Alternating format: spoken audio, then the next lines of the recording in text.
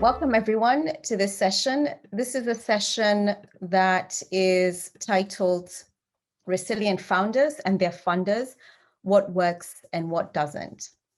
My name is Kanini Mutoni and I'm a Managing Director at Draper Richards Kaplan, and I welcome you all to this session and would just really like to invite you all as you come into the meeting room to just pop in your name and your organization and where you're dialing from, just so that we can get to know all of you. I am also pleased to be joined by my colleagues from DRK as well. We have Bill Rodriguez, who's based in Botswana, who's also a managing director.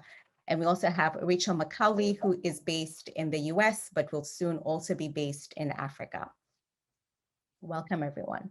Now, I'd like to start off with just a very brief overview in terms of who DRK is, just so that you know the organization that we're representing, and then we'll jump straight into the session and introduce our entrepreneurs. The DRK is a venture philanthropy firm which focuses on investing capital at early stages to both the for-profit and the nonprofit sector. And these are enterprises that are solving the world's most challenging problems. We have a portfolio of 181 organizations on the for-profit and the nonprofit side, and we invest across the US, Africa, and Asia. Our main mantra in terms of our investments is scale and impact. And as I mentioned before, it's really about organizations that are solving the world's most complex problems. Now, just to jump into the session and to give everyone some context, this session falls in quite nicely with the overall theme of SANCCULP, which is building a resilient Africa. And we know that the COVID-19 pandemic has had a really huge and uncertain impact, not just on the global economy, but also on entrepreneurs who've been impacted in numerous ways, from squeezed liquidity to closed borders, which has prevented the movement of labor, to significant health issues, as well as a mental health pandemic that we've seen emerge as a result. Now, what we're going to do today is really understand how two entrepreneurs who are both West Africa based and who are also managing and dealing with what we would call a type of digital financial platform focused on vulnerable individuals, and understand how they have been able to overcome the issues and the challenges that the pandemic has created in the last 12 months. We know that the work from home culture, the Zoom life, has blurred the lines between family and work. And this has also resulted in significant challenges in how entrepreneurs run the organizations. Now, resilience has emerged as a key entrepreneurial skill, which allows organizations and founders to grow in the face of challenges and not just help them over the current crisis, but also help them thrive in the medium to long term. Before we jump in, I'd like to just give you what I think the best definition of resilience is. And this is from a lady called Elizabeth Edwards. And this is what she said. Resilience is about accepting your new reality, even if it's worse than the one you had previously. You can fight it. You can do nothing but scream about what you've lost.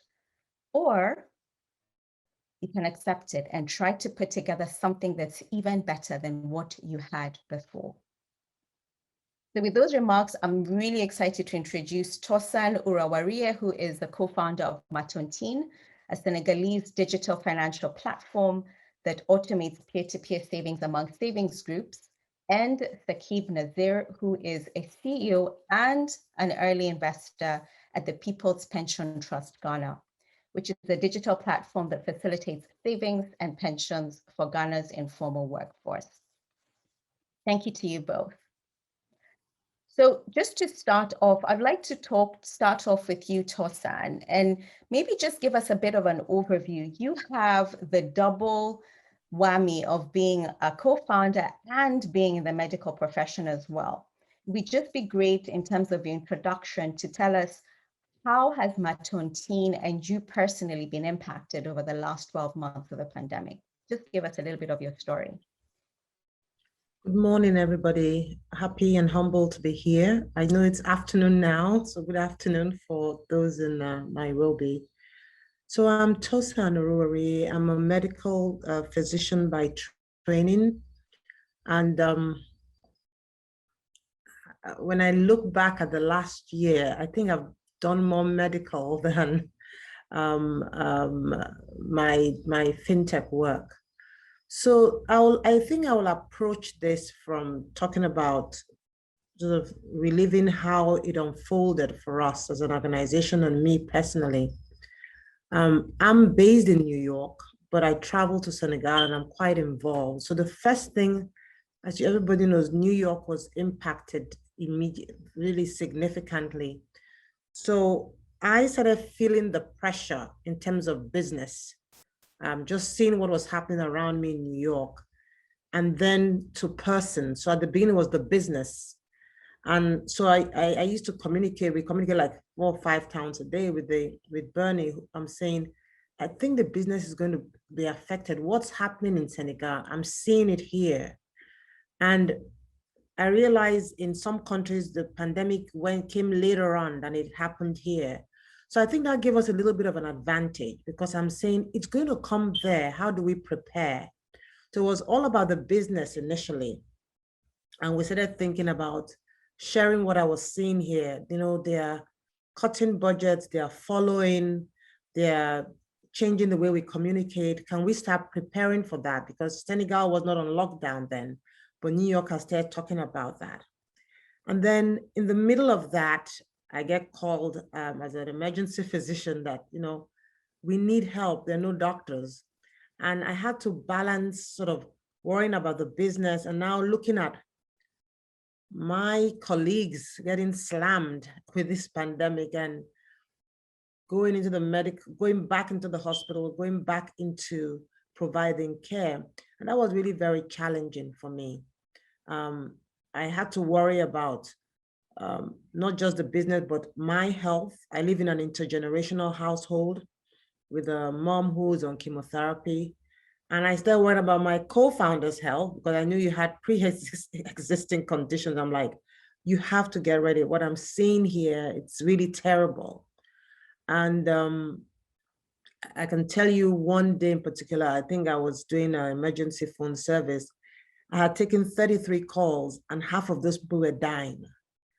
They were saying, I don't think I'm going to make it. I can't, I mean, when I had to get some counseling. Let me just say that because that day, I think I was so traumatized by just listening to patients struggling to breathe, seeing them not breathing, having nowhere to send them. Hospitals are full, having no resource for them because we didn't know enough then. Was just a terrible time in New York.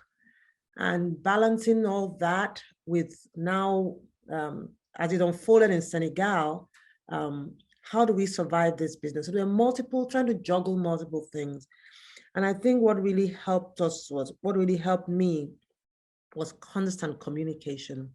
So I communicated on multiple levels as I juggled the balls with my colleagues, with my medical colleagues, getting the support, getting the counseling, with Bernie and my colleagues in business, sharing what I've learned, sharing what we need to do. I think the board giving us moral support was so important. But I also found that most people didn't expect this. So the board as well could not give us direct answers. And their own organizations were struggling to grapple. Everybody was struggling to grapple with the extent of this. If they knew the extent, some didn't even know the extent, how it would affect them yet. So there was a lot of uncertainty. And it really made us think critically of how do we function as an organization and what happens if somebody is sick, you know, they can't come to work if they die. Bernie is the critical piece of the CEO in Senegal. We have to talk about who will do his work. And as I'm talking to you right now, Bernie has COVID, and the good thing is that he's recovering from it. And this is what we're always worried about. And I think what we talked about in terms of the planning, what to do, has really helped us now as he's ill and he's recovering. And we thank God he's recovering. And one of the things we also realized was our clients in Senegal how do we help them? So we had to reach out to the government, help with outreach with food products, support assistance. So there was so much going on. I think I hardly slept, just juggling my work in the healthcare sector, my work in Senegal, trying to, you know, not uphold our business. We had to pivot in the midst of this, looking at our reality. What can we do? And I'm glad to say that, you know, when we look back a year, we really come out stronger. But at that time, it was really, we're just going a day at a time. We had to get a lot of support. We used family, we used resources, and we could get, and that really helped us.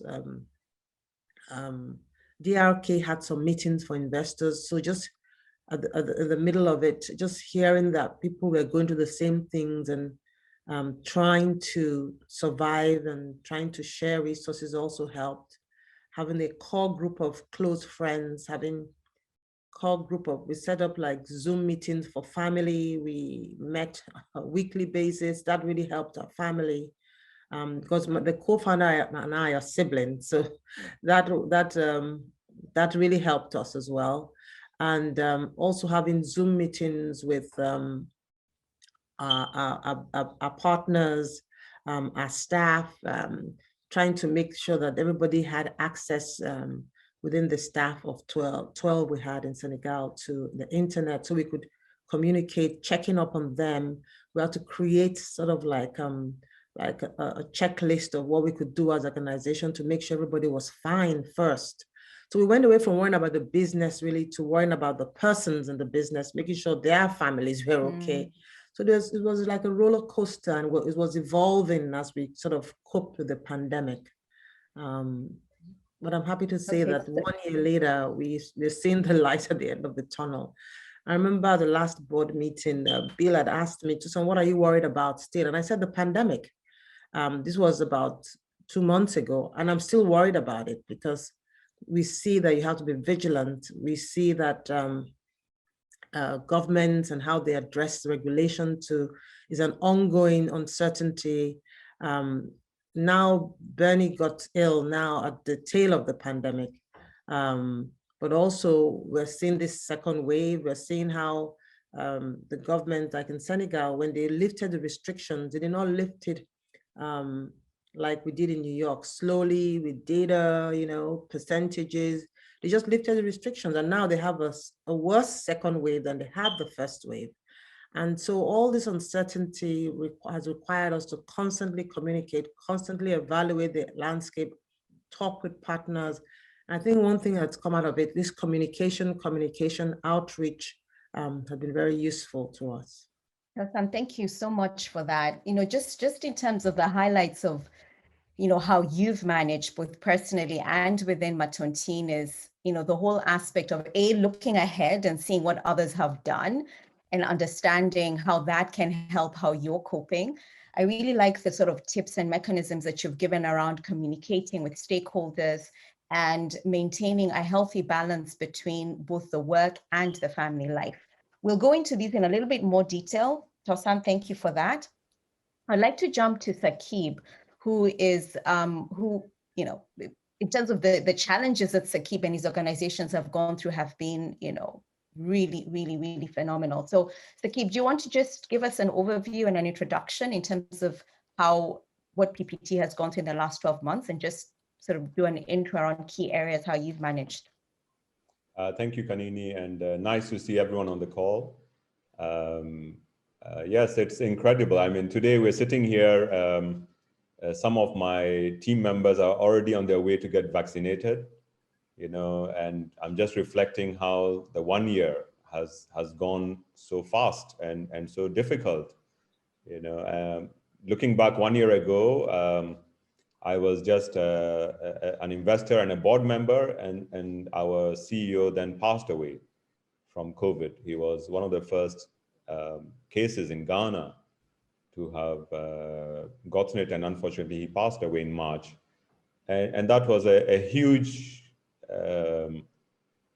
difficulty for the organization, you know. And I stepped in temporarily, I thought, as CEO, and I've gotten sucked in full time now. But it's a very exciting journey. It's been very difficult. And I'm thinking back about how we survived, and it's and not only for us as a company, but even more importantly for our members, contributors, the informal economy, people out there, traders, market women, construction workers, how they have managed to survive and keep on contributing over the last 1 year. So we went through a very difficult phase. And when I think back, I reflect, the key points that stand out for me in terms of resilience is first of all, complete transparency. In having a very open and transparent organization, and being transparent with all our stakeholders, internally, with the regulator, with our shareholders, with team members, and even with our customers. And at that point, at the point of Samuel's passing, there was a lot of negativity around COVID, and so to be associated with COVID was seen as very negative. But we took the step, and we're very open about it. We're very public about it, as much as we could be, considering the circumstances. And I think, thankfully, we managed to survive that. So that's very important. It's something I'm very important for everyone to consider, is that complete transparency and openness in how the organization is managed. There's a lot of worry also. People are concerned about, of course, the theft of ideas and copycat. But I feel always that the challenge is in execution.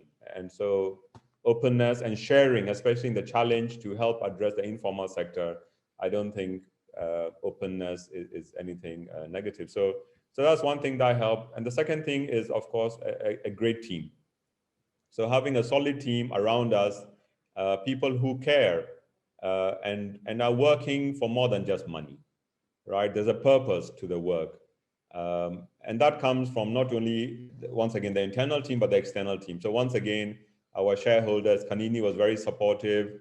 The team really pulled their weight, right? And you can see then the value of, and I think it's unfortunately or fortunately, difficulty, things, when everything is fine, everyone is okay. And difficulty and challenges really bring out the reality of people and circumstances, and even of business models. And so thankfully, it showed us that the team was solid, the team pulled together, came into play, and was very supportive. And that helped push the organization through that challenge that we had, through the issue of the very initial stages of COVID. Then we had a complete lockdown, and through the various ups and downs that we've had a few more of our team members, especially those who've been engaged with customers in the markets and with other people, get COVID, but they've survived. Thankfully, no one has suffered so much. Symptoms have been light, and we're learning to live with a new normal. And so that's what I was saying, that thankfully 1 year down the line, members are getting, some of our staff are getting vaccinated, and hopefully that should bring us back to normal. The other worry we had, of course. Sakib, Yes. sorry to interrupt. This is just a very important point that I would love you and Tosan to talk about, because both of your organizations are focused on working with vulnerable populations, what we would call Africa's underserved. And we know from all the evidence and all the sort of research that they have been the ones who have been most impacted by the pandemic, more from an economic rather than from a health perspective. So it would be just great to understand from you, just talked about the market women that are some of your customers. What was it that PPT did? You've talked about transparency, but did you have to do anything for these populations who are your customers, but obviously who are going through such significant hardship? Did you have to do anything extra for them, or how did you manage that particular stakeholder in terms of this in the process of the pandemic? Sure, I'll go first, and then Tosin can add in. Yes, we were very concerned, and this is where we worked with our partners. And the first thing we did was, of course, a lot of education. So we sent out messages, SMSs, and then even robocalls, voice calls around COVID, around staying safe, around washing hands, around looking out for symptoms. So we did that on our own. And then what we prepared ourselves for, which luckily did not happen, was for a lot of withdrawals. We run a pension fund, which also allows our members to withdraw money, part of it. 50% of the withdrawals are allowed by law. 50% of the contribution can be withdrawn by law for any purpose by the member. And so preparing for that, going into a lockdown, we prepared ourselves for that, sort of run on withdrawals. But funny enough, it did not happen. Okay, and so we've been working, and members kept on contributing. During the complete lockdown, of course, everything came to a stop. Markets were closed. Everybody was at home for 3 weeks. There, we saw no contributions and we saw no withdrawals. But then once things picked up again, we saw that, strangely enough, the informal sector is also very resilient, right? And as much as the COVID is a problem for the formal sector and for the cities, but out there in the urban, in the rural areas, for farmers and traders, it's very strange. We haven't seen much impact, and people have continued, as normal, which is very nice. So the purpose, the emphasis or the more urgency is to then come up and make sure that the next time there's such a situation, that population is not impacted. And who knows what the next situation will be. And I felt that really in Africa and in other emerging markets, we're used to dealing with crisis, not to take away from how big COVID has been, but every day is a crisis for the informal, the underserved person. Whether it's illness or a fire, or a theft or a robbery or something, we're all, living from crisis to crisis. And so the urgency for us now, working with our members, is how to make them more resilient and how to sort of uplift their lives so that they can have more savings at their disposal when they do need that emergency withdrawal. Excellent. Tosan, would you like to share with us how Matuntine managed from the perspective of your underserved populations, your savings group? Were they as resilient as Saqib has just described his target audience were, or was it different? So it was different because of the regulation in different countries. And I think that's critical to how people respond to a pandemic. It's not just the pandemic itself, it's what the government does. So we have a community structure. As I said, seeing what was happening in New York, we started thinking what could happen in Senegal. And we have this community structure of having like a tontine manager, the leader of this savings group, and they meet normally. And one of the first things we did was to share with them about this COVID when they had their monthly meeting. But the reality when we're talking about it wasn't there yet. And as soon as COVID hit Senegal, the government had a complete lockdown. And it wasn't just for 3 weeks, it was for almost 4 or 5 months, and banned them completely from meeting. And this savings group was so critical, not just for getting the savings that they put in the pot, but also was a social and informal network to support each other, and that was gone. And the challenge for us was, how do we support them to maintain this savings group when they can't meet anymore, they can't save anymore. And we were not prepared digitally to address some of those social issues because we never thought we would need it. When they met, they just used the platform digitally to save, but they continued with the other social activities. And we had to scramble there and sort of think, how can we support them in that way? One of the things we did, as I said, we have this community infrastructure. We had field agents as well in the communities that sort of met with the leaders to ask them, what do they think their needs were? And they told us informally what they wanted. And most of them, actually, the first thing they wanted was to be able to continue the activities, and we don't have any rules about that. They always wondered, why are they still in lockdown? And the second thing they wanted was food, just basic food, because they couldn't go anywhere. They couldn't save, they couldn't trade. And and I'm really hoping that some of the lessons the government learned, because we look at countries like Uganda, where they allow them to trade near their homes, and the outcomes of that is so different from countries that just banned everybody from doing anything at all. And so we did that outreach. We had partnerships. We reached out to Unilever, the big consumer good organizations, to see what kind of donations they could give to our members, because that was their priority. It's just food.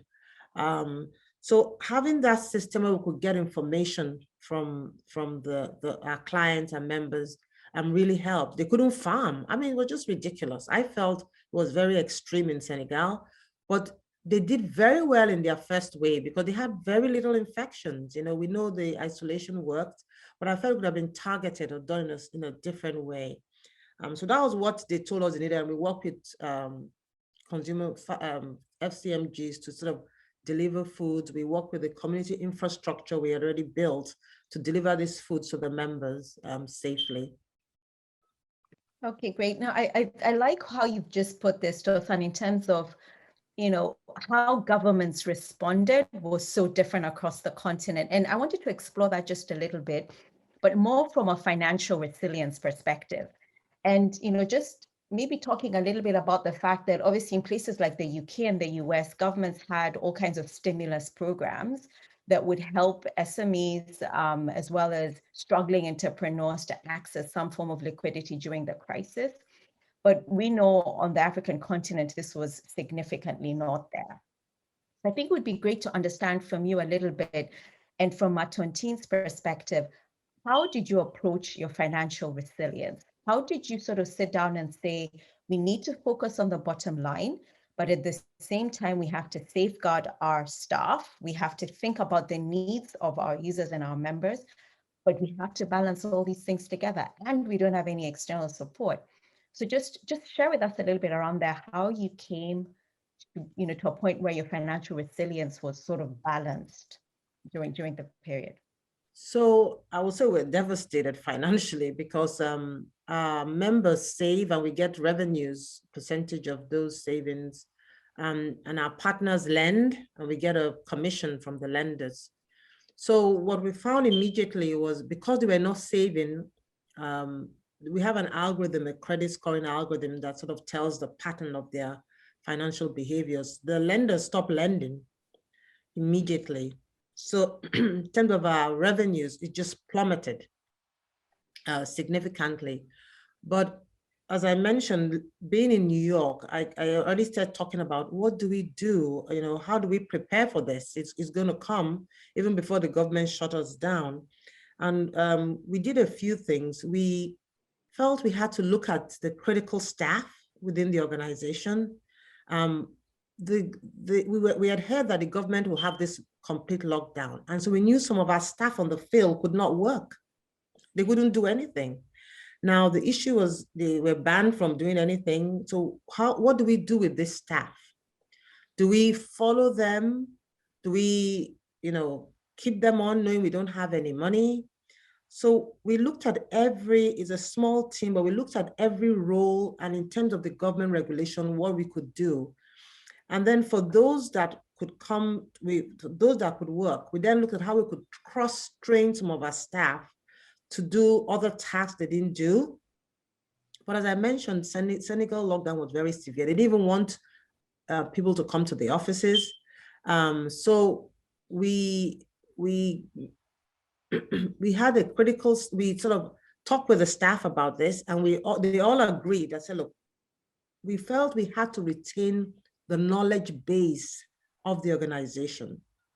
It was critical for us because we felt when the pandemic is over, we didn't want to go to the training, the understanding, because that was our core issue. And so we had a meeting with the staff. We said, we don't really want to let anybody go, but we can't afford to keep everybody. There's no revenue. The government in Senegal has said they would try to help in terms of reducing they weren't going to tax the organizations. The French system, they use the tax businesses pretty high, but they were going to, for the time of the COVID, not tax business as a form of an incentive. And we're not sure when that was going to happen. That was what they had said. And so we had discussed this openly, I think talking to the staff openly, and we're surprised what they came up with.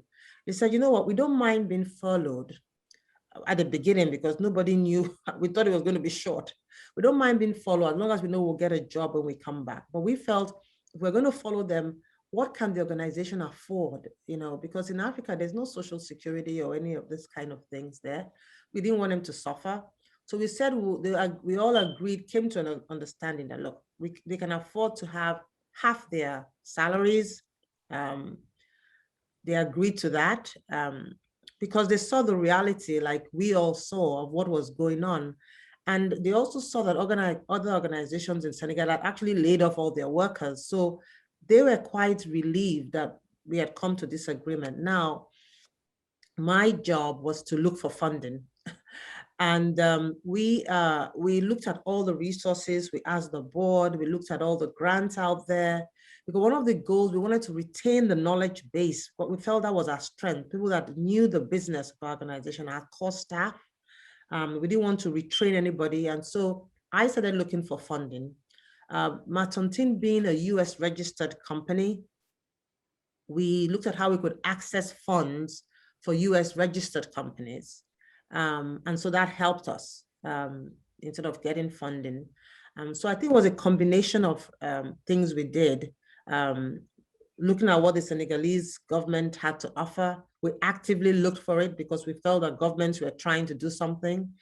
Talking to our staff, seeing what we could all come up with as a group to ensure the survival of the organization. But the goal was to retain our core knowledge base and our core operative functions. So when we came back, we could sort of ramp up without having to start training and worrying. So that was driving all our planning when we resumed work. Thank you so much, Ms. Tosan. So just to recap, so you're saying the focus was really to make sure that even if you couldn't have all your staff, making sure that you had a clear view of who your core staff were, so that when normal business returned, the organization was still able to continue its operations. And I'm sure that must have been a very, very difficult balance to maintain. Now, I'd like to just pull in Bill Rodriguez, who's one of our managing directors at DRK, and who was quite involved with Matontin as he sits on the board as a DRK representative. Bill, just help us understand as a board member, what do you think were the key sort of highlights or tips that you could share around resilience during the last couple of months with regards to Matontin? Yeah, thanks, Kennedy, and thanks to everyone for participating. And let me also just encourage the participants, both funders who are here in the meeting and also entrepreneurs, to just ask questions in the chat box and open up the conversation a little bit. So I can even abstract it out from just Matontin, but at DRK, we held a number of workshops and calls like this right in the midst of the crisis last March and April with a number of our entrepreneurs, and then have continued those over the course of the year as the pandemic has changed. And now I think we're reflecting back on what we've learned, not just about COVID and what's the world going to be like, and are we coming out of the pandemic now, but more importantly, how do social enterprises respond to crises, and what's the role of leadership in that crisis moment. And so I think you've heard both Tosan and Saqib say this. I'll just highlight, I think there are three critical aspects of what it means to be the leader of an organization or the supporter of an organization as a board member or a funder when there's a sudden crisis that was maybe unexpected. And the first is about people. That's to remember that we may be selling widgets that are involved in improving agricultural outcomes, or we may be trying to address climate change on a global scale. But at the end of the day, we're generally working with a small group of people in a close way whose lives are directly impacted, not just by our work, but by what's happening around them. And so the immediate responsibility, I think, of leaders and CEOs and directors of these organizations is for their own people. You have to look at their well-being and make sure that they're personally okay, health-wise, mental health-wise, and that's your immediate obligation and responsibility to the staff and the people most closely connected to the organization. And that doesn't change, right? That has only persisted over the course of this past year. The second is communication, and I think Saqib may have highlighted this. One of the things about crises is it immediately sparks fear, and fear then tends to perpetuate itself and lead people down paths that really may not have any basis in reality, but the unknown is fearful. And so the second immediate responsibility of the leadership team is to communicate, over communicate as much as possible, answer questions, hold town meetings, get everyone together, address the issue directly, whatever the crisis is, whether it's a pandemic or some sort of financial crisis in your organization that you didn't anticipate. And the more open and transparent you are with your teams, the more you can at least alleviate the fear. It's more important to know that something bad is coming than to not know if something bad is coming. And I think that's an important lesson that we learned through the course of the early days of the pandemic. The third, and I think Kanini, you mentioned this in your opening, is to accept that things have changed. You can't just wish for the past to come back or hope that it's going to get better. You need to now respond to a different set of circumstances. And often that means walking through your budget, your strategy, your staffing, your customer base, all the things that you're doing on a normal basis. You need to rethink them in the moment and understand the impact on all of them. And sometimes it's hard to have the discipline to do that, but you've got to at least start by accepting that the world has changed. And so I think what we're talking about now with Tosin and Bernie at Montantine, with all of organizations, is we're hopeful that this current crisis is over or is ending from the perspective of the impact on the business. Like, we have a plan in place. It's obviously not over for millions of people, but from trying to plan for the future around COVID, we feel like we've now put everything in place. But are we ready for the next crisis? And I think the questions I would have for all of you, and maybe we can chat about this, are, do you have the things in place so that when a crisis arrives, you can handle it smoothly and efficiently? So the first is your culture able to handle a crisis? Do you have the trust of your staff? Do they know who to turn to if there's a concern? The second is, do you have processes in place so that you can relook at your finances, your staffing plan, your customer base? Third is, are you able to communicate openly and effectively? Do you have that system in place? Fourth is, do you have insurance? A lot of organizations were caught off guard by lacking basic insurance or disaster insurance, and some of it wouldn't have been helpful in COVID, but will be helpful in an earthquake or a flood. And so take a look at your actual insurance. And then lastly, do you have human resource policies and plans in place to address your staff directly in times of crisis? So all of those are things you can do now to help prepare for the next crisis, whether it's related to a pandemic or something else that's outside of your control or not expected. And so that's a long-winded answer to your question, Kanini, but I think what we've learned and focused on is, as a board, our job is to make sure that those structures are in place and to support the team in helping them address the crisis, and then keep checking in with their own personal health and mental health as this particular crisis wore on over several months. No, thank you so much for that, Bill. And obviously, it's quite frightening to think that, you're right, there could be another crisis around the corner. But just to sort of summarize those 5 really key areas that you've just mentioned in terms of how organizations can prepare themselves. So ensure that you have a culture of trust within the organization that is prepared for handling the next major crisis. Do you have the right processes in place that can withstand the next crisis?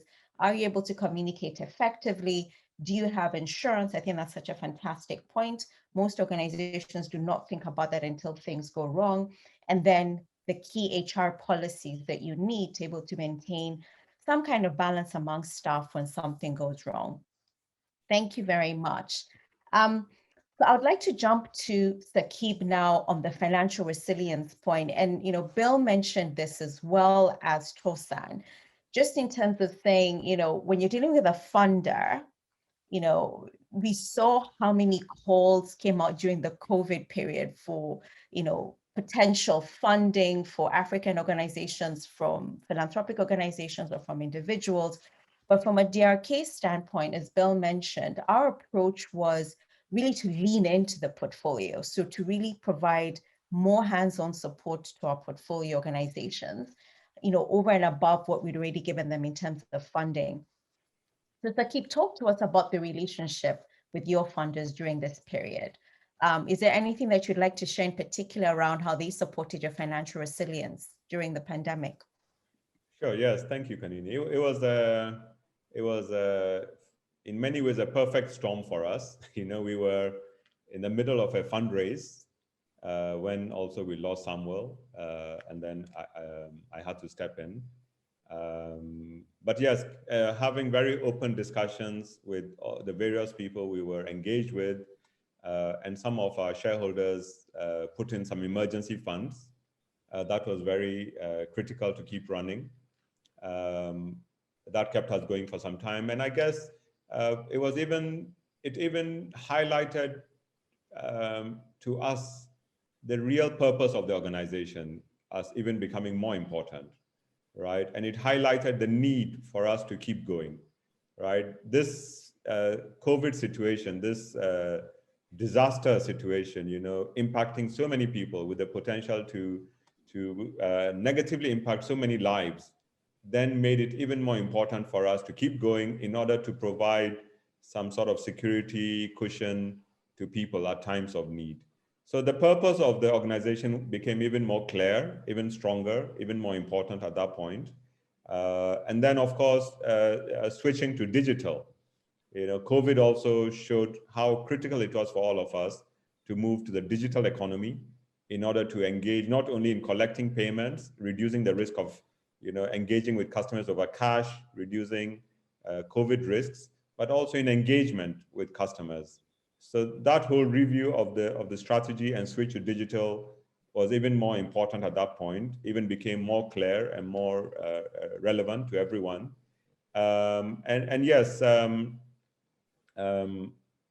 team also took the initiative that top team members reduced their salaries for about 6-7 months, right, in order to keep on supporting the organization during that difficult time, and also to keep on engaging with our customers.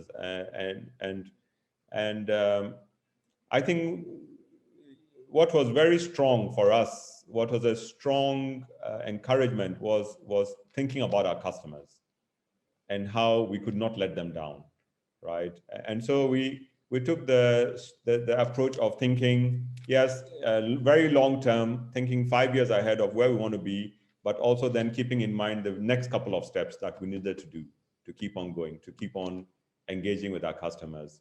So it was a very difficult circumstance, dealing with all the situations, the unknowns. And I guess sometimes the heart was more at play than the mind, you know. And so, yes, we didn't let go of anyone, but we did work with everyone to review their roles, to see how they could be more relevant, how they could help more. Some people did voluntarily resign for their own reasons, right? But from our perspective, you know, that was the situation. Kanini, sorry, I don't know if I've diverged from your question, you know, so please. No, I think that's great. And I like the fact that for PPT, there was an opportunity in the pandemic in the sense that you digitized faster and you accelerated towards your digitization model much quicker than you had expected. So really that was an advantage of the pandemic in a sense, yes. Right? Maybe you could share a little bit, Saqib, for other organizations who are listening in, just in terms of helping them understand, you know, if you have a strategy in mind that is long-term, that was supposed to be implemented, you know, 24 months down the line, how would you accelerate it forward to happen much quicker than you had anticipated? What processes did you go through to make that happen? Yeah, that's very interesting, Kanini. Thank you. So I think the critical factor is the team, right? Having a solid, strong team, okay, who are aligned to the mission of the organization and who understand the challenges at hand and can work together, right? So it's very important to also be agile, who are flexible, who understand the challenges at hand, who understand the opportunity at hand, and can work together to overcome it and not get caught up in the current negativity of the situation. And this is where, you know, once again, a team is very important. There are days when you know, we're still going through various stages of burnout. You know, we're still in the middle of the COVID crisis. As much as people are getting vaccinated and the cases are not low, but there is huge fear out there. And so, it's being a bit gentle with each other sometimes, being a bit relaxed. Yes, as much as we have the objectives, we have the targets to meet, there's also an element of being human and humane to each other and being relaxed and supporting each other during this difficult time. So the critical factor to that fast change is everyone in the organization aligning themselves to the objective, to the new scenarios, appreciating and buying into it, and then working together to move towards that phase. That's the power of the organization. Everything else you can purchase. You can purchase technology, you can purchase consultancy, and you can go out there and be active in the market, but how to change the direction of the company to make it agile enough and flexible enough to change and adapt to the new circumstance, for me, is the power and strength of the team, and getting the team to be fully involved in the objectives of the organization, in making decisions together, in helping each other, in understanding everyone's role, and so educating the team together has been very important for us.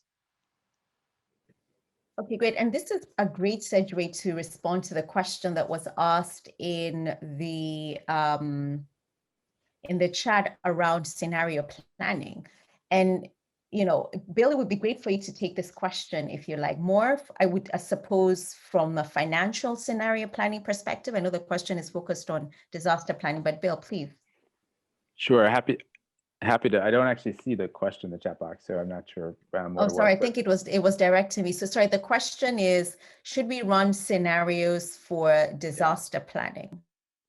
So that's a good question. I mean, I think it's, in terms of planning for future disasters, the best way that that we tend to think about it is you should always have some sort of risk management plan for your organization. And on an annual basis, you should review that, ideally in some formal way. And part of that risk management plan is not just about some of your business risks. So for instance, for these organizations, it's about some of the credit they're providing, but also disaster risk. Like, what is the actual risk of, if we're living on a fault line, is there earthquake risk? We have organizations in Nepal that have to deal with that on a routine basis. Is there flood risk where we are? Pandemic risk should now be added into that. But on an annual basis, you should have that assessment. You should do an assessment of the likelihood of that risk, the impact of that risk, and then what's your best mitigation strategy. And for things like disasters, it may be insurance.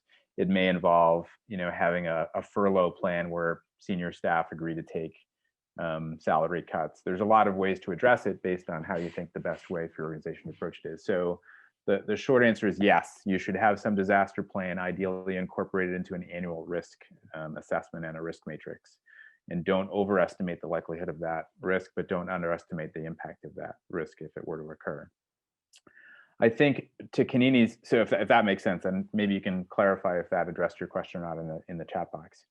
The advice we gave to the DRK portfolio organizations last year about financial scenario planning was pretty specific, which was March, April, May, as a lot of countries are going on lockdown, and abstracting that, if there's a major change in economic circumstances, a global recession or something local to your, to where you operate, how should you plan financially for that? And I think the best advice is to try to come up with 3 scenarios. Sort of, what's the worst case scenario here? And if that comes to pass, A, how do I track it? How do I know it's coming to pass quickly enough so that I can respond? And B, what's my plan? Do I have to do layoffs, furloughs? How do I conserve cash?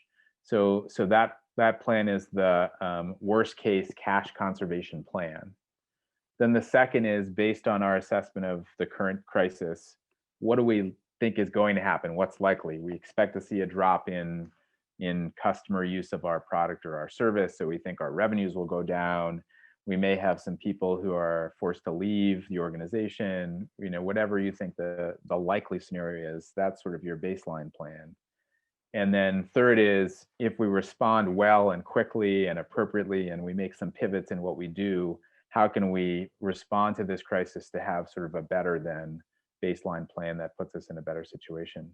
And our advice was, spend some time now, today, in this case, it was March or April last year in response to COVID, but anytime a disaster comes up, with your senior team and your financial team, and lay out these 3 different scenarios and the decision points that you'll see on a weekly or monthly basis that would suggest that one of these scenarios is the one that's playing out, and you've got a plan in place to respond to it. Does that make sense? Or is there anything you want to add, Kanini, or Fantastic. Tosin, Yeah. or Saqib? Tosin, would you like to add a little bit on that, and maybe just add a little bit around, because I think this is one area where a lot of entrepreneurs have struggled. What role does your board play in that whole process? Because people see the board as being very strategic and not really being involved in a day-to-day crisis scenario. But from what we've seen, the board actually should play a significant role in that process. So maybe just to add to what Bill has just said, maybe you can share with us how Martin team did that whole scenario piece and how the board interacted with that process. So I suppose we had participated in a series of workshops, like Bill said, and then we had these board meetings. And I think the board meetings, it was very clear that we had to plan, like Bill said. We always were asked what was our bottom line in terms of cash. How are we going to, what do we see 3 months? He pushed us to have those metrics, September, October, what if the organization doesn't make it?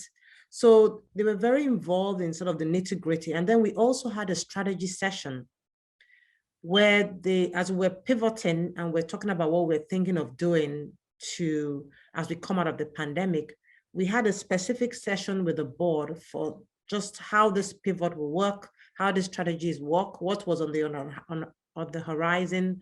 And those things really helped us a lot in terms of working closely with us. So we covered all of that. We're very, very aware of metrics to guide us out of this recession, what we needed to look for. And so the board was very engaged. And then we also had one-on-one, we'll call on Bill, we'll call on the other board members as things arose, as we're thinking about our new strategy, for their contacts, for their any resources they knew. So it was always an ongoing discussion with the board. But I think having the board there to really focus us on the bottom line, make us follow those metrics and push us to do that, constantly asking us about the bottom line, asking us tough questions about this pivot, and then helping us with the strategy where we looked at what we had done and helping us come up with a strategy document for post-COVID was very useful for us. And that's the roadmap we're using right now. Excellent. So Tosin, it's basically tough love from the board. If I put it in a succinct way, that the board was there to help you maintain focus on the bottom line, as you said. But I really like the fact that the board was involved in the pivot session. So literally bringing them in and working with them to determine what direction you were going to take. And I'll just really encourage those on the line to share, if you like, how you feel your boards could support you during this process, and really just encouraging you to see your board as being, there for a purpose, and you should be able to use them, and they shouldn't just be there on your deck or on your website. They really have a purpose, as Tosin has just explained. Now, I think one thing that Saqib mentioned that I found, quite intriguing was around the softness that's required within an organization during this time. We've talked about organizational resilience. We've talked about financial resilience. We've talked about strategy and how that could be impacted. We've talked about leadership resilience. But I think one area we haven't explored in this discussion is really mental resilience. And Tosin, I know this is an area that you mentioned in your introduction, that you had to seek counseling, talk to people, and just really try and find ways to take care of yourself. And from our perspective, DRK also had what we were calling burnout calls for our entrepreneurs, just the opportunity to get on a line and just share what's going on. So Tosin, talk to us a little bit about that and the importance of that for the mental health of an entrepreneur and a founder during this time, and any particular tips that you'd like to give folks at this point in time. So I feel that as an entrepreneur, you're so caught up in your work and what you're trying to do. And that's something that's really neglected. And you could really get overwhelmed, especially in the first 3-4 months. I think having a partner really, it starts from the partner, your co-founder, just having somebody to talk to on a regular basis, to say, look, I'm worried about this. And then not being, not being shy to ask for help. And then being intentional about it. So acknowledging that this is happening, like you say, facing the reality, and then looking at what it's doing to you. You need to be aware of what you're doing to you. I don't sleep well when I'm anxious. So I wake up early, and I just can't sleep. And I can never pinpoint why I can't sleep, but I know it's this worry at the back of my mind. You're just thinking about all that. And when that starts happening, I start thinking, I know this is bothering me. Acknowledging that myself, what can I do to reduce this? I don't want it to get worse. I think opening yourself up to acknowledging that this is real, this is stressful, even just having somebody to talk to about that, even if you don't seek this counseling. And then I had an intentional plan of what I had to do. I used to go for walks daily. So writing down things about your self-care was so important for me. And then joining groups. There were tons of groups that I know in like in New York, they have tons of groups to help people. They realized it was an issue, and it's building up more and more. And I suppose for me in the medical sector, just seeing all those people die was so much that we had hurdles just to even address that. But I found in Senegal, we didn't have much of that resource of talking about it. It's culturally, it wasn't really talked much about. And so I had to force those discussions. I had to talk to Benita. We have to talk, when we talk to them, the first thing we say when we do our calls in the office, to say, how's everybody? How are you feeling? Having the cue words to give them permission. And as we read about, there's more domestic violence in some places, there's more drug use, just bringing some of those things up in a very subtle manner. Just be patient with your kids. You might be irritable. This is part of the pandemic. Sharing the resources we know about. Because in Africa, we have a close-knit culture of family and friends, and that was really disrupted. We like to meet in person, and so finding alternatives and making them aware that they have to deal with this was very interesting, because the staff were a bit they were not even aware that they had to deal with it. And I think it's more cultural. But when they started talking about it, they could share more, oh yes, oh my cousin, because they're losing people too. They're having deaths in their families. They're having worries about this pandemic as well.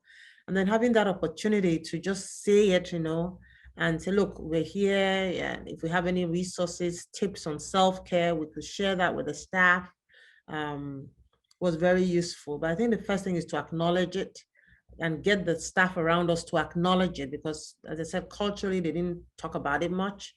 And then building on that and seeing how you could support them was very important. And only talking about it openly, I always start with myself and said it was very stressful for me. I couldn't sleep. I worried about everything, and giving every other person permission to share their concerns was also important. I think, Tosin, that's so powerful, because, as leaders, what you've just said is really to model vulnerability for your team. Because if as a leader, you're not acknowledging and being vulnerable and talking about your struggles and your difficulties, it's quite likely the rest of the team won't do it. So I really like that. And, that is such a powerful statement to make. So Saqib, do you have any particular points to add on to what Tosin has said, in addition to having a self-care strategy, the vulnerability that a leader has to model? Would you like to add anything that you think would be helpful? Well, I want to ask Tosin, first of all, that who can sleep when they're worried? If you know people like that, I want to be like that too. So for sure. I mean, look, yeah, self-care is very important, and I always give a funny example that, when there's in the plane, when when they're giving you the safety call, they said, first put on the oxygen for yourself before you help anyone. So it's very important. You can't help others if you are not in a good situation yourself. And so it's very important to look after yourself, to have a good exercise routine, and more importantly, a good network of people, right? Friends, board members, team members that you can share with.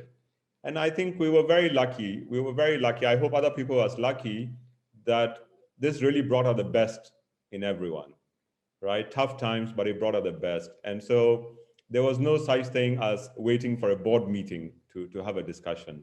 That everybody jumped on, hands-on, fully hands-on board, and was available for any time to discuss any issue and to give any insights. And so having that solid network, it really showed itself. Having, like Tosin said, that group of people that you can have a very open, frank discussion with and be vulnerable in a confidential space, right? Because there are some things that, unfortunately, you also cannot just discuss with any group.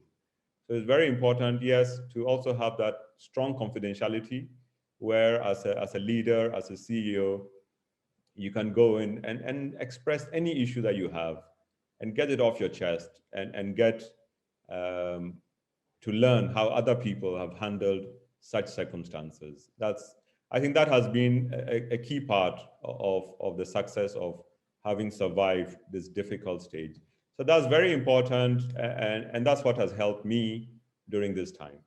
Excellent, thank you. And just for everyone, I've typed in a question. Thank you, Saqib, just to ask everyone, because I know everyone here, the 39 people on this call, all have learned something on resilience in the last 12 months. And it would just be wonderful to just type in a certain sentence in terms of what you've learned. And Rachel, thank you. Rachel has said resilience is a process. It's not an end state. Excellent. We'd really like to hear from all of you. What have you learned around organizational resilience, financial resilience, mental resilience that you think would be helpful to everybody else on the call? So please feel free to type in. We look very much forward to hearing what you have to share. Now, the last area that I'd like us to just chat about, and Bill, feel free to jump in on this one as well, is what I call productivity resilience. And I'll explain what that is. The whole idea of working from home has been an absolute change for a lot of us. As I mentioned earlier, the lines have been blurred between work and home.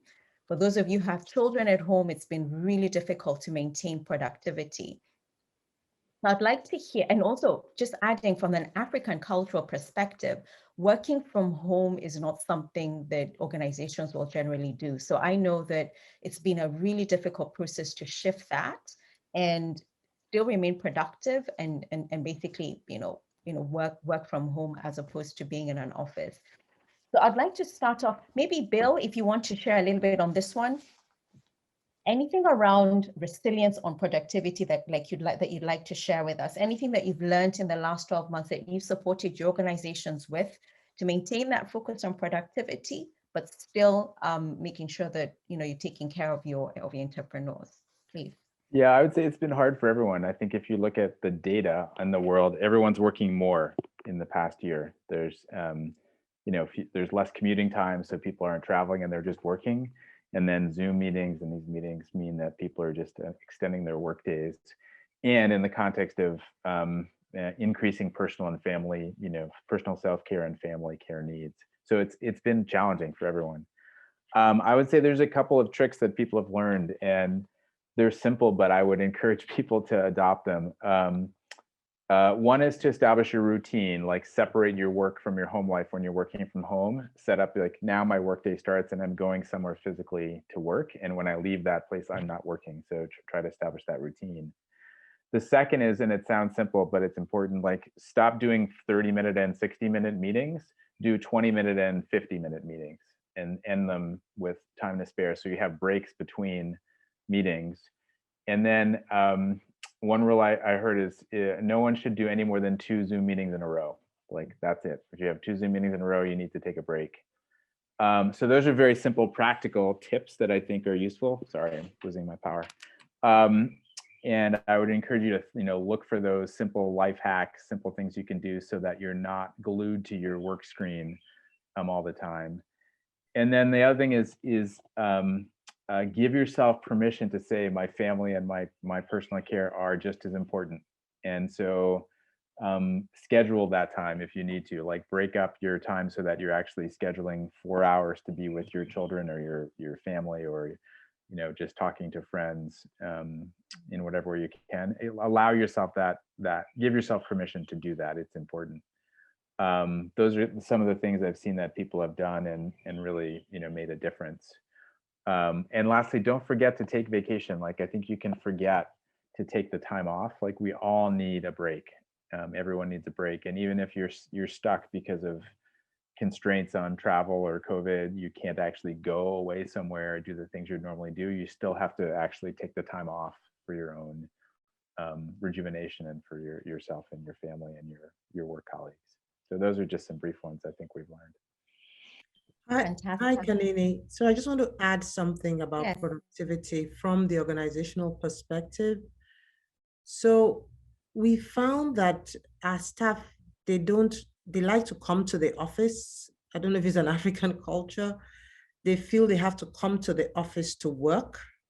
And also probably their homes are not just built for working at home. And trying to convince them that, you can still do some work at home, we found out was a little bit difficult for our staff. They prefer to come to the office. And so when we said, look, it's not safe, they said, we'll rather come to the office. But we talked about this as well. So what we decided to do was to ask how they could come to the office safely, how many of them could be in the office.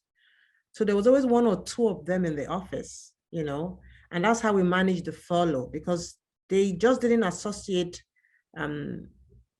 what what I can do for working from home, as they just didn't associate with working, although they knew that they could do that. But we found it very difficult to get them to know that they could work effectively.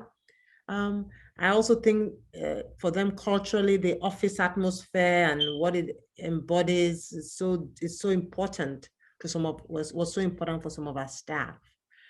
So we focused on how do they come in if it's twice a week, and we linked that to the follow, and what they had to do when they were there, and stuff like that. Our productivity was really affected in terms of the staff doing all that they could. In terms of Benny and I suppose we work, like Bill said, around the clock. But for other members of the team, they didn't work as we did, just because of their working situations. And just 2 more hacks. Just Tosin reminded me of a couple more hacks you can do that are helpful. So Barefoot Law, which is one of our nonprofit organizations in Uganda, they were growing last year and they were hiring, and a lot of people were, and so that means new people never got a chance to meet anyone and didn't know anyone. So they've created a form which was sort of fun, which is, who are you? And they actually had the original employees, the founders, do the first ones, but every team meeting, they were having team meetings frequently. They would start by one person going through their form and describing who they were and taking questions. And it actually got them all closer together over the course of the year, just spending 20, 30 minutes getting to know each other in a more formalized way. And then the second hack was to trade off who runs meetings. They actually, instead of having the same senior management people run the meeting, they would just appoint junior people and say, you're running next week's meeting.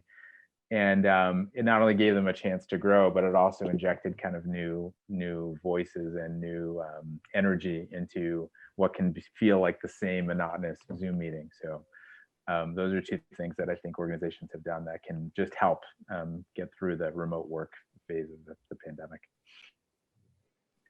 Thank you, Bill. And thank you, Chilanda, for your question, which I'd like to pose to Saqib, just in terms of motivation, because we've had fantastic tips here on life hacks. Establish a routine, ensure you have breaks between Zoom calls, make sure you take vacation, and make sure that you have a hard stop, which is all great.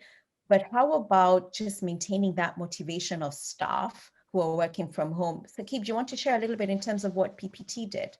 Thank you, Kanini. Yes.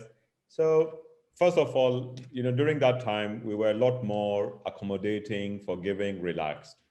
Okay, it was important to give everyone, the freedom we said, look, feel free. The office is open. We would like to maintain a distance within the office. So feel free, arrange amongst, some people took turns coming in and going out, but make it your own decision, okay? And the focus was more on productivity than on keeping track of who's in the office and what hours they're working.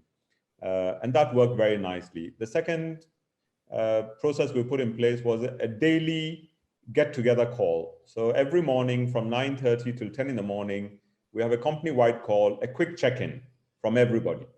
Okay, and it was more important I felt that it was more important for everyone to be present and to appreciate that the workday has started, and not to get caught up in other affairs, and just to give a quick overview to everybody in the company. We then sort of changed that into Monday mornings, one person presents their own life story. And that has been going on for the last 1 year now. And we keep on changing the format of that Monday morning call. And then the Thursday morning call has now shifted into a training session where one department is responsible for training the whole company on something that they're doing, a new product, a new innovation, or a certain process that they're involved in, just to get everybody on track and to keep the team spirit going. Beyond that, regular meetings over a quarterly period in a safe zone, in a garden, where the management will get together and have a strategy session. So we just found ways of exploring how we could work while maintaining safety and yet maintaining productivity, keeping everyone aligned and moving forward. And it's really brought out, once again, the best in everyone, and it's been very helpful for us. Excellent. Thank you, Saqib. So being more innovative in terms of how you run your meetings and how you deliver. You're still delivering, but you're just being innovative about how that happens. I want to highlight what people have shared on the chat, because some of this is just really, really intriguing and powerful. Elizabeth has mentioned that in a moment of crisis, many fantastic ideas have also been developed. Very true. We are grateful for social entrepreneurs who are still able to do this in an unpredictable time. Winnie from Kwangu Kwaku has said that resilience brings out underlying strength that was dormant. Absolutely. And then Chilante has said, resilience does not mean having all the answers, especially for the leaders. It does not mean having all the answers. And rather, by sustaining and practicing the mindset that failure or challenges are actually an opportunity to learn and to grow. This is really great. Please keep them coming. Let me see if there's another one.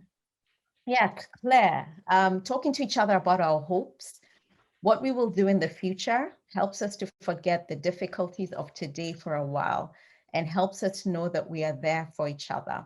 That's beautiful, Claire. And this reflects very nicely with what Saqib just said in terms of including in your morning meetings a question about people's lives and their life stories.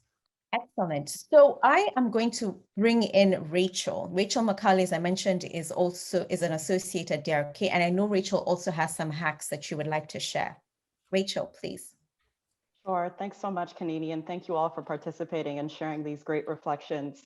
I wouldn't call them hacks so much, but just a couple of things that have worked well for me are, building your sense of belonging and leaning into communities where you feel supported. So whether that's a hobby, an interest that you otherwise didn't have time for, it's spending more time with family, whereas before we were just running around the clock.